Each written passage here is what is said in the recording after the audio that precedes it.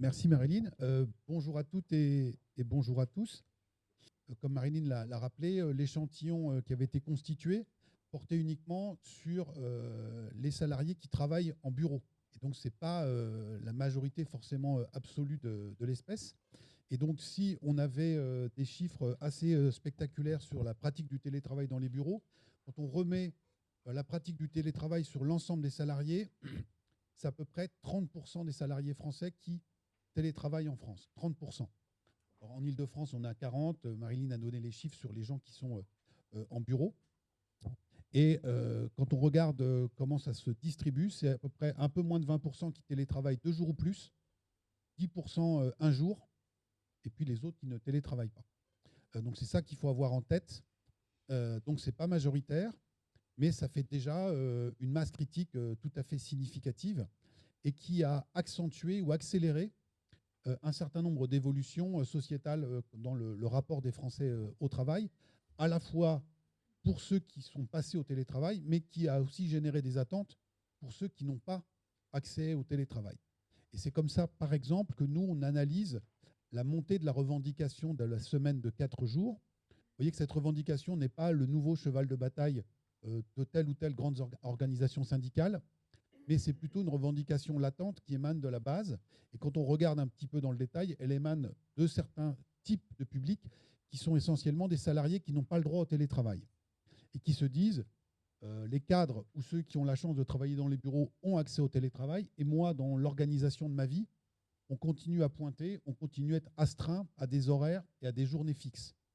Et ce n'est pas un hasard si vous avez vu tout à l'heure que c'était dans l'industrie que ces questions se posaient le plus, c'est typiquement dans des secteurs ou dans des entreprises, a fortiori, où vous avez les deux types de publics. Historiquement, on avait l'école blanc et l'école bleue, mais cette frontière est aujourd'hui accentuée par le fait que l'école blanc télétravaille et l'école bleue ne peuvent pas le faire. Et donc, il y a cette qu'est-ce que vous me donnez en échange pour organiser ma vie avec, on l'a vu, des demandes fortes qui n'émanent pas du coup que de la part de ceux qui travaillent dans les bureaux sur une souplesse sur les horaires, une souplesse sur les jours. Euh, Marilyn a parlé des boomers. On a une société qui vieillit. Et donc, dans cette société qui vieillit, on a beaucoup de salariés qui vont être en charge en tant qu'aidants, par exemple, de leurs parents qui sont âgés ou qui sont dépendants. Et donc, pour s'occuper de ce type de tâches, il faut avoir davantage de flexibilité. On a 25% des familles françaises avec enfants qui sont des familles monoparentales. Et donc, une maman solo, à 85%, c'est la maman qui a la garde des enfants, eh bien, elle peut aujourd'hui avoir besoin d'une flexibilité plus importante dans la gestion de sa semaine et de ses horaires que dans le monde d'avant. Deuxième point sur sur le télétravail, Marilyn a rappelé l'exemple de ces grandes entreprises américaines. Alors les Américains font tout à fond.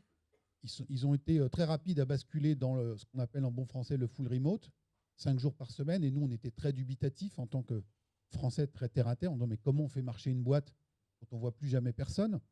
Et aujourd'hui, c'est les mêmes qui étaient passés en full remote qui se disent qu'ils sont allés trop loin et qui veulent réimposer le retour en total présentiel.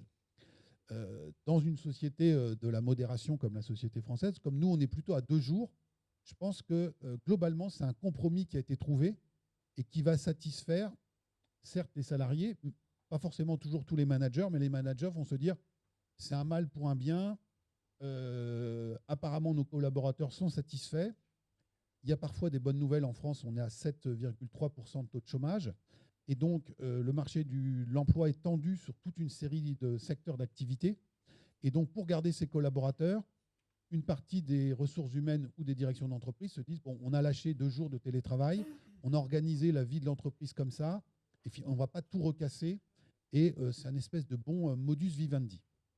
Toutes choses étant égales par ailleurs, pour les plus âgés d'entre vous, c'est en gros ce qui s'était passé dans les premières années du quinquennat de Nicolas Sarkozy, quand il y avait eu des velléités portées par certains de revenir sur les 35 heures. Et beaucoup de directions d'entreprise disaient, attendez, on a passé des années à négocier le truc, maintenant c'est à peu près calé et on ne va pas tout redétricoter. Je pense qu'on va être sur la même chose sur le télétravail, sauf dans des secteurs où on va utiliser ce levier du retour en présentiel pour éventuellement faire front de la masse salariale en disant s'il y en a qui ne veulent pas, ça va être un moyen de faire des ruptures conventionnelles ou autres. Donc voici un peu à grands traits ce qu'on voulait partager avec vous sur cette question du télétravail. Marilyn parlait des changements d'habitude. On avait vu, typiquement ici en Ile-de-France, on avait vu passer une étude de la RATP qui indiquait que le vendredi, en moyenne, il transportait 18% de passagers de moins qu'un mardi. Et donc, au hasard, effectivement, les jours de télétravail, c'est vendredi. Tu peux rajouter aussi le lundi quand même. Et donc, tout ça a bougé les habitudes. On va le voir aussi que ça a fait bouger le marché de l'immobilier. Alors, si maintenant on rentre dans le vif du sujet, comme souvent dans les crises, la question du Covid et la question de la mise en place du télétravail n'a fait qu'accélérer des tendances qui étaient déjà latentes. Marilyn l'a montré, il y a un avant après Covid, mais les dynamiques étaient déjà bien enclenchées. Et nous, il y a quelque chose qui nous apparaît tout à fait majeur, c'est ce qu'on appelle la perte de centralité du travail. Encore une fois, ça ne veut pas dire que les Français ne veulent plus travailler. On a un taux de chômage qui est au plus bas depuis 1982. Et ça veut dire que le travail est de moins en moins au centre de leur vie. Marilyn a rappelé tout à l'heure sur les items, je ne veux pas sacrifier ma vie. Elles arrivent. Donc c'est ça. Et donc on va mettre des chiffres, parce qu'on aime bien avoir des chiffres à l'IFOP. Donc c'est 2 enquêtes qui ont été réalisées à 35 ans d'écart, en vert clair en 1990 et en vert foncé 2025. Questionnement très basique, on prend une série d'items, la famille, le travail, les amis, les loisirs, la religion, la politique, et on demande aux Français non pas de les noter en concurrence, mais de dire, pour chacun de ces sujets, est-ce qu'il est très, assez, peu ou pas du tout important dans votre vie. Et là, vous avez figuré sur le graphique uniquement les réponses, c'est très important dans ma vie. Ce qu'on constate, c'est que donc, en 90, ce qui arrivait en tête, c'était la famille. 81% des Français disaient c'est très important. À peu près 10%, c'est assez important. En 2, c'était le travail. 60% des Français en 90 nous disaient le travail est très important dans ma vie. 20%, il est assez important. Et 20%, il n'est pas important. Amis et relations 40, loisirs 31, religion et politique étaient déjà assez relégués. On a reposé ces questions en 2022, où on a observé qu'en dépit des modifications des modèles familiaux, j'ai parlé des familles monoparentales, les séparations, les familles recomposées, la famille sous ses nouvelles formes fait la résistance. On avait en 2022 le travail qui avait accusé une chute tout à fait spectaculaire. On était de mémoire à 21 ou 22% en 2022. Et on s'est dit, c'est peut-être lié quand même à un effet conjoncturel. On interroge les gens juste en sortie de Covid, à une période totalement inédite historiquement. Je vous rappelle qu'on a eu 11 millions de salariés en chômage partiel en France, 11 millions. Et donc, est-ce que le travail est aussi central dans votre vie quand les gens ont été mis au repos forcé, si je puis dire, pendant une si longue période? Donc, on s'est dit, est-ce qu'il y a un effet de saisonnalité? Et en fait, non, puisque quand on repose maintenant régulièrement cette question, on a la confirmation de l'enquête de 2022, avec seulement 24% de Français qui nous disent que le travail est très important dans leur vie. Alors, il y en a encore 50 et quelques qui nous disent qu'il est assez important, et le total important est resté stable dans le temps, mais vous voyez, c'est l'intensité de l'importance qui a considérablement décru. Et qu'est-ce qui a gagné? Amis et relations, plus 6. Les loisirs, on a pris 8 points. Et donc, vous voyez qu'en 90, il y avait un rapport de 1 à 2 en termes d'intensité d'importance au profit du travail sur les loisirs. Et aujourd'hui, on est à 24-39. En poussant les feux, dans quelques années, on aura de nouveau un rapport de 1 à 2, mais un rapport qui sera inversé. C'est ça la perte de centralité du travail. Pour celles et ceux qui auraient du mal avec les chiffres, on peut le décrire autrement. La perte de centralité du travail, c'est-à-dire qu'avant, le week-end, c'était pour les collaborateurs, c'est ce qu'il y avait après la semaine. Et maintenant, ils ne pensent plus comme ça. Ils disent la semaine, c'est ce qui est entre les week-ends et les RTT. C'est-à-dire que c'est l'enveloppe qui a changé. Oui, illustration de ce changement d'atmosphère. Une publicité que vous avez peut-être vu passer dans le métro début janvier du voyagiste We Road. Donc, il vous liste tous les ponts de 2025 et vous dit c'est le super plan là, avec 5 jours posés stratégiquement, vous avez 32 jours de congé. Donc, c'est ça la perte de centralité du travail. SNCF a annoncé hier qu'ils ouvraient à la réservation leurs trains pour les congés d'été. En février ou en janvier, ils le font pour les ponts du mois de mai. Donc, quand vous arrivez au bureau, quand vous êtes encore en pyjama au télétravail, vous mettez un petit reminder pour vous dire il faut absolument que je pense à réserver. Voilà. Donc c'est ça la perte de centralité du travail, c'est-à-dire qu'il y a d'autres choses qui aujourd'hui occupent tout ça. Comment en est-on arrivé là? Alors, il y a plein de raisons. Il y a ce qui s'est passé dans le monde du travail avec les plans de départ en pré-retraite, etc., la financiarisation de l'économie. Mais d'abord, avant tout, il y a des données physiques et j'allais dire quasiment quantitatives, et les Français ont les pieds sur terre. S'ils vous disent beaucoup moins qu'avant que le travail est important dans leur vie, très important dans leur vie, c'est d'abord parce qu'ils y passent moins de temps qu'avant. Donc là, le tableau précédent, la slide précédente prenait comme point de comparaison les 1990. Vous avez sur ce graphique l'évolution de la durée effective de travail annuelle en France, tous statuts confondus, privé, public, salarié, indépendant. La DARES, organisme qui dépend du ministère du Travail, collecte toutes les données de durée de travail et il nous sort une moyenne. Donc vous vous souvenez de vos cours d'économie, on a une baisse tendancielle de la durée du travail avec historiquement dans une société industrialisée des gains de productivité qui permettaient de produire plus sur un temps plus court, le développement de l'État social qui a fait qu'on a réduit historiquement la durée de temps de travail. Et donc revenons à 1990, quand les Français sont 60% à nous dire que le travail est central dans leur vie, ils y passent 1825 heures par an. Aujourd'hui, on est à 1600. Donc c'est 225 heures de gagné ou de perdu, c'est selon. Et à raison de 35 heures semaine, c'est 6 semaines dehors en plus qu'il y a une génération, 6 semaines. Vous voyez que la centralité, même sur le plan physique, est moins évidente aujourd'hui qu'elle ne l'était historiquement. Autre élément, je vais vite. Vous voyez que cette baisse tendancielle a été accélérée à des moments bien particuliers quand on a eu des décisions politiques qui ont fait bouger le cadre légal. Donc, dans le rectangle vert, c'est les premières années du premier septennat de François Mitterrand qu'on instaure la 5e semaine de congé payé. Et on passe, on s'en souvient plus, mais de 40 à 39 heures. Et donc les employeurs sont légalistes, le cadre bouge, et donc on applique la loi dans l'entreprise et mécaniquement la durée de travail diminue. Ce qui est intéressant, c'est que à l'époque, le logiciel à gauche, la référence, c'est le Front populaire. Alors, il y a au reste, puisqu'il y en a de nouveau un Front populaire aujourd'hui en France. Et donc, la gauche se dit, nous, quand on arrive au pouvoir, notre responsabilité historique, c'est, comme il le disait à l'époque, c'est arracher du temps au patron pour le redonner aux ouvriers, aux travailleurs. Mais on a une deuxième vocation historique, c'est de proposer des activités publiques pour répondre au temps qu'on a ainsi libéré. Et donc, on l'a oublié, mais en 82, au premier gouvernement, il y a un ministère du temps libre, ce qui fait hurler le patronat de l'époque en disant c'est sur nos impôts qu'on paye un ministère du temps libre, c'est quoi cette affaire?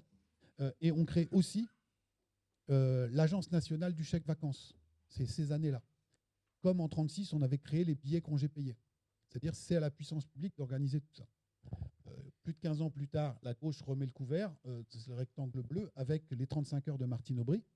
Sauf qu'on est toujours dans cette idée de arracher du temps, de redonner du temps. Mais là, cette fois, la puissance publique dit le temps libéré, nous-mêmes, on n'a plus le temps de s'en occuper, on n'a plus la vocation de faire ça, on va sous-traiter ça au marché.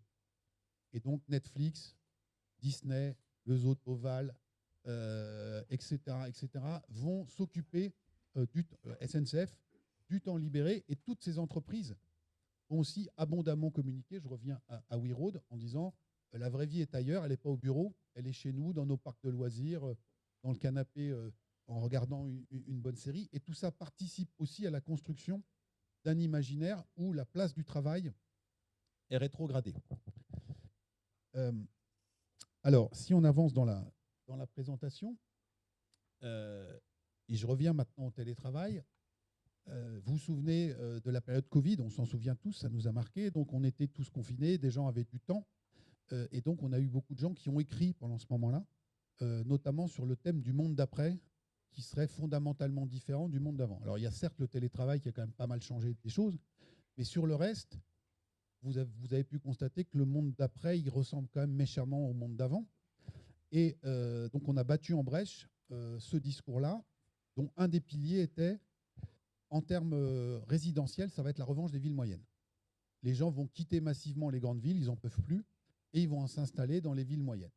Et donc, Bourges, Vierzon, Vesoul, Arras ou d'autres peuvent se frotter les mains parce qu'il y a un afflux massif de télétravailleurs qui va à quitter les grandes villes. Alors, à l'IFOP, on était circonspect parce qu'on avait des données qui continuaient de tomber pendant le Covid et à la sortie du Covid, et on ne voyait pas de rupture majeure dans les dynamiques d'opinion. Alors, on a attendu que l'INSEE travaille, et en 2023, ils ont sorti les stats provisoires du recensement 2021, et on a pu dresser cette belle carte sur les évolutions de population entre 2017 et 2021, donc avant-après Covid. Donc vous avez 4 grands types de territoires qui apparaissent sur la carte. En bleu, tout d'abord, tous les territoires où on a continué de perdre des habitants, qui correspondent, vous la reconnaissez, à la diagonale du vide. Donc on part des Ardennes jusqu'au sud-ouest, qui est la deuxième diagonale. On peut partir de la Manche jusqu'au Massif central. Donc toute une série de zones rurales où la population est plus âgée que la moyenne. Donc il y a un déclin naturel qui s'opère. On a des jeunes actifs dans ces territoires-là, ou des jeunes en études qui partent vers les grandes villes pour faire leurs études, se former et trouver un emploi.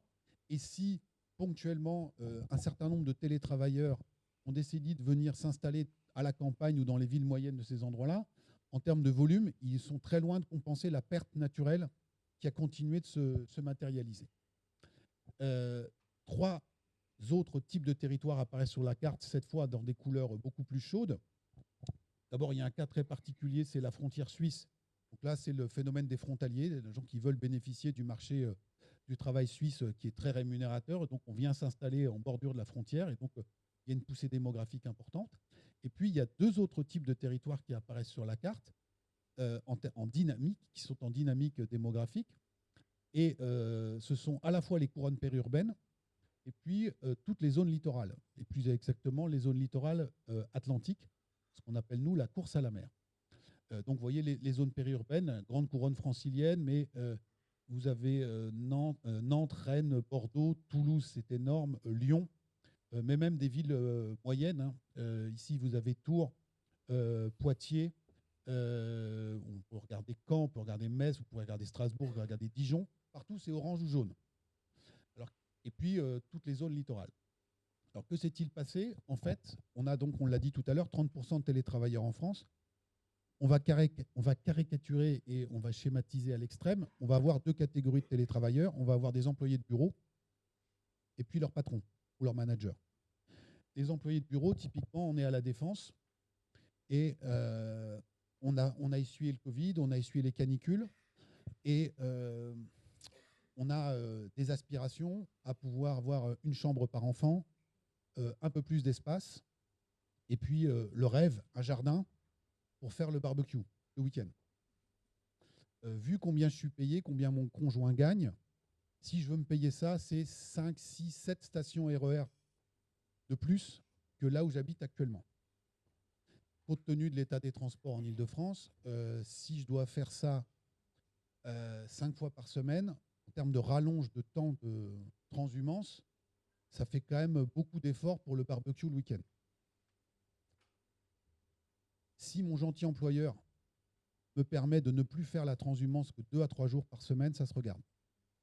Et donc l'essor du télétravail, même si ça concerne qu'une minorité de salariés, alimente la dynamique de l'étalement urbain avec des choix résidentiels qui sont opérés. Donc, vous le voyez en Île-de-France, mais dans d'autres endroits en France où il n'y a pas le RER, là c'est en durée en voiture, on poursuit cette logique-là. Et puis il y a les managers des précédents. Eux, ils ne raisonnent pas en nombre de stations RER, c'est le TGV, parce qu'ils bossent dans le train.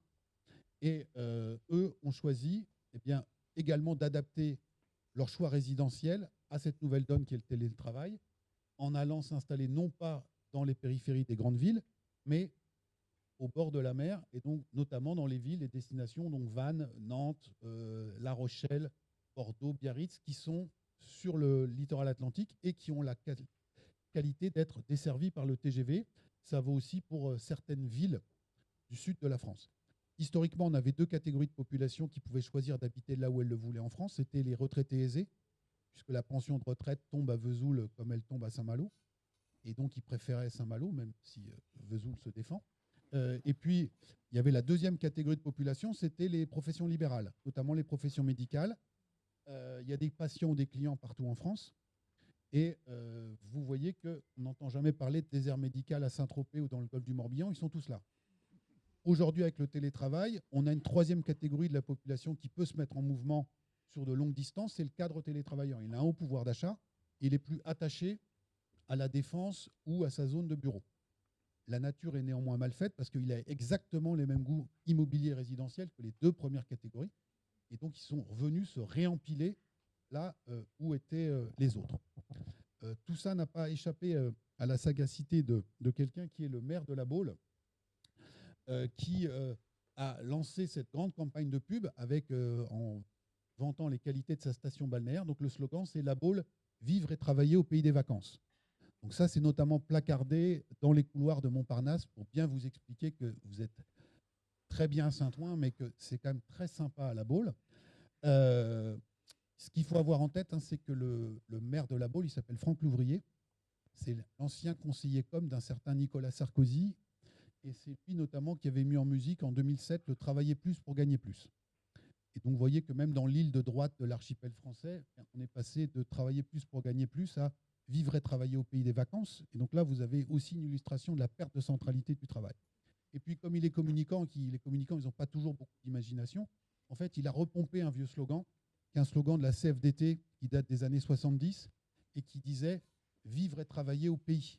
Et vous voyez la magnifique iconographie avec des usines fumantes et dans la fumée se dessinait un paysage bucolique. À l'époque, le gros combat, c'était de permettre à toute la France du Sud et de l'Ouest qui était désindustrialisée de faire venir des usines pour qu'on permette aux enfants du pays de vivre et de travailler au pays. C'était même décliné en breton, en occitan, etc. Donc vous voyez là, autre sujet, comment en 50 ans, on est passé de vivre et travailler au pays à vivre et travailler au pays des vacances.